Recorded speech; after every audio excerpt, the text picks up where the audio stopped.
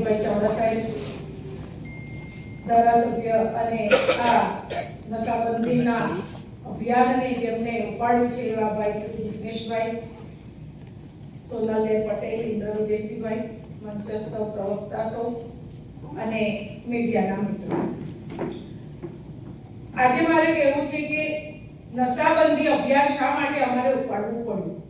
તો જન આક્રોશ યાત્રા જ્યારે લઈને આદરણીય અમિતભાઈ અને વિપક્ષ નેતા તુષારભાઈ જ્યારે ગામે ગામ બનાસકાંઠાથી લઈ અને બહુચરાજી સુધી જન આક્રોશ યાત્રા એમને જ્યારે કરી ત્યારે દરેક ગામે ગામ સૌથી વધુ પ્રશ્નો મહિલાઓના આવ્યા અને એમાંય ડ્રગ્સ અને દારૂના રવાડે ચડેલા યુવાનોના ત્રાસથી જે મહિલાઓને પરિસ્થિતિ ભોગવવી પડે છે એને લઈને મહિલાઓ ખૂબ જ પરેશાન છે.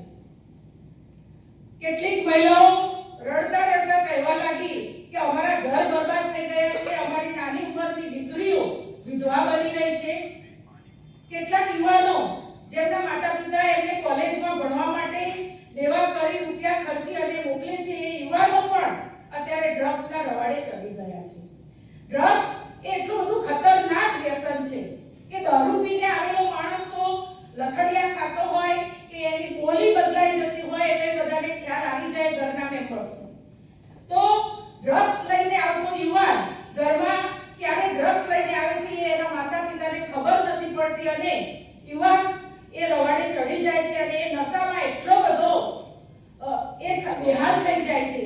હમણાં 1 વર્ષ પહેલા અમારી બાજુમાં સરસપુરમાં એવી ઘટના બની કે એક યુવાન ડ્રગ્સના રવાડે ચડી ગયો હતો અને એના લગ્ન હતા, સવારે જાર નીકળવાની હતી, રાત્રે દોસ્તો સાથે ડ્રગ્સ લઈને સૂઈ ગયો અને સવારે ઉઠી જ ન શક્યો.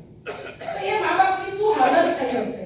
એટલે સૌથી વધારે મહિલાઓ પર થતા અત્યાચારો, મહિલાઓ પર થતા રેપ કાંડ, બળાત્કાર અને જે મહિલાઓનું શોષણ થઈ રહ્યું છે એ બધામાં ક્યાંક ને ક્યાંક આ ડ્રગ્સ અને દારૂબંધી જવાબદાર છે. અને એના માટે આજે અમે મહિલા કોંગ્રેસ દ્વારા એ અભિયાનને આગળ લઈ જતા આવતીકાલથી હું સૌરાષ્ટ્રના પ્રવાસમાં નીકળવાની છું અને દરેક જિલ્લે મારો પ્રવાસ થશે અને ત્યાં તમામ તાલુકાની બહેનો સાથે જોડાઈ અને ગામ સુધી નશાબંધી અભિયાન મહિલા કોંગ્રેસ દ્વારા ચલાવવામાં આવશે. જ્યાં અડ્ડા હશે અને જ્યાં ડ્રગ્સ, દારૂ અને ચરસ ગાંજા મળતા હશે એવી જગ્યાઓ ઉપર જાણકારી પોલીસ તંત્રને કરવામાં આવશે અને ન કોઈ એક્શન લેવાય તો મહિલાઓ દ્વારા રેડ પણ પાડવામાં આવશે.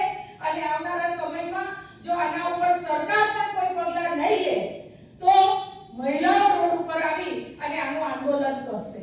એટલે આવનારા સમયમાં મહિલા કોંગ્રેસ પણ આ દૂષણને ડામવા માટે પ્રતિબદ્ધ થઈ છે અને ખૂબ ગંભીરતાપણે આ મુદ્દાને લઈને આગળ આવવાની છે. Thank you.